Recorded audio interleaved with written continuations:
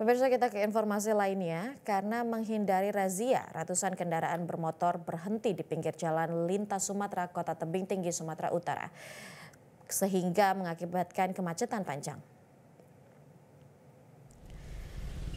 Beginilah suasana kemacetan saat berlangsungnya razia kendaraan bermotor dalam rangka Operasi Keselamatan Toba tahun 2025 yang digelar petugas gabungan dari Satuan Lalu Lintas Polres Tebing Tinggi dan Dinas Perhubungan Pemkot Tebing Tinggi.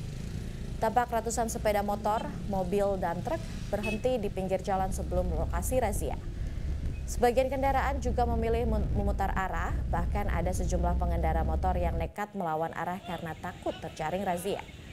Kondisi ini tentunya mencerminkan masih banyak pengendara kendaraan bermotor yang belum mematuhi aturan berlalu lintas di jalan raya yang dapat membahayakan diri sendiri dan pengendara lainnya. Operasi Keselamatan Toba tahun 2025 digelar selama 2 pekan, mulai tanggal 10 hingga 23 Februari 2025. Adapun sasaran Operasi Keselamatan Toba diantaranya pelanggaran kasat mata, pengendara di bawah umur, serta truk overload, overdimensi atau odol.